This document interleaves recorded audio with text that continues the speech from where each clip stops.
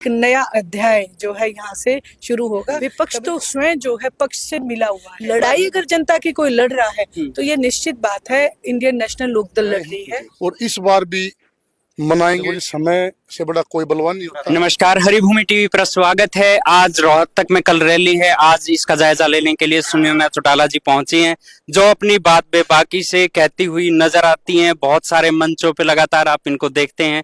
नमस्कार जी सुनैना जी। राम। तो रोहतक की रैली से क्या नया आप देख रहे हैं कि यहाँ से हासिल करेंगे? देखिए, चौधरी देवीलाल जी का जन्म दिवस है जो जी। सम्मान दिवस के रूप में हम हर वर्ष मनाते हैं जी। और हरियाणा प्रदेश के विभिन्न विभिन्न जिलों में जाके हमने ये मनाने का काम किया। जी। इस बार रोहतक का नंबर है और चौधरी देवीलाल जी हरियाणा ही नहीं पूरे हिंदुस्तान के ताऊ कहलाए। जी। तो यहाँ नया क्या, बहुत कुछ जो है आप देखेंगे। राजनीतिक तौर के ऊपर अगर आप पूछ रहे हैं तो एक नया अध्याय जो है यहाँ से शुरू होगा।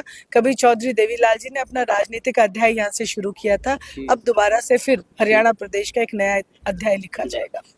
विपक्षी पार्टियां जो हैं हरियाणा की, वो ये कहती हुई नजर आती है कि सरकार की तरफ ज्यादा ध्यान नहीं है, विपक्ष आपस में लड़ने लग रहा है। उसके बारे में आप क्या कहेंगे?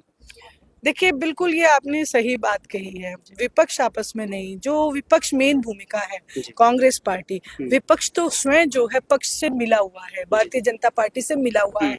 लड़ाई अगर जनता की कोई लड़ रहा है तो ये निश्चित बात है इंडियन नेशनल लोकदल लड़ रही है।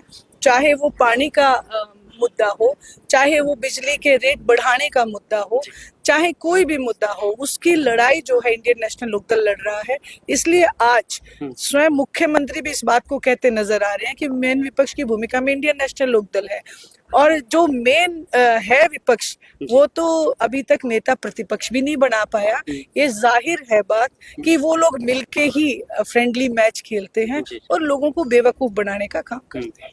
अब की बार हम देख रहे हैं कि नई सी एनर्जी इनेलो में एकदम से बूम पे आई है, तो इसका ये बूम कैसे एकदम से? देखिए, एनर्जी की जहां तक आपने बात की तो इंडियन नेशनल लोकदल कार्यकर्ता वो मादा रखता है जो मैं हमेशा कहती हूँ, वो तो रेगिस्तान में भी हरा कर सकता है। तो ये तो हरियाणा प्रदेश है, हरा भरा है, इसको और रंगने में उन्हें टाइम नहीं लगेगा।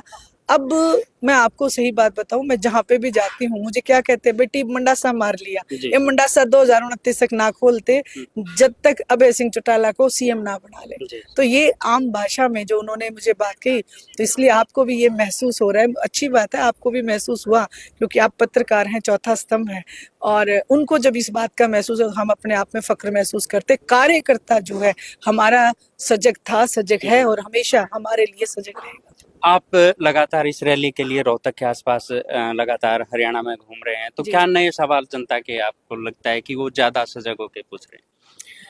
देखिए, जो जहां तक आपने कहा इस एरिया का, तो मुझे सोनीपत का प्रभारी जो है लगाया गया और महिला प्रदेश प्रभारी होने के नाते मैं हमारे तनुजा है कुरुक्षेत्र से, ये प्रदेश अध्यक्ष हैं, इनके साथ जाके पूरे हरियाणा में हमने महिलाओं से बातचीत की। मिली इस बार जो है इस इलाके की अगर बात मैं करूं तो एक बात सबने कही कि बाबू बेटे ने हमारा नाश कर दिया और एक बात और कहते हैं कि उड्डा खत्म, कांग्रेस खत्म।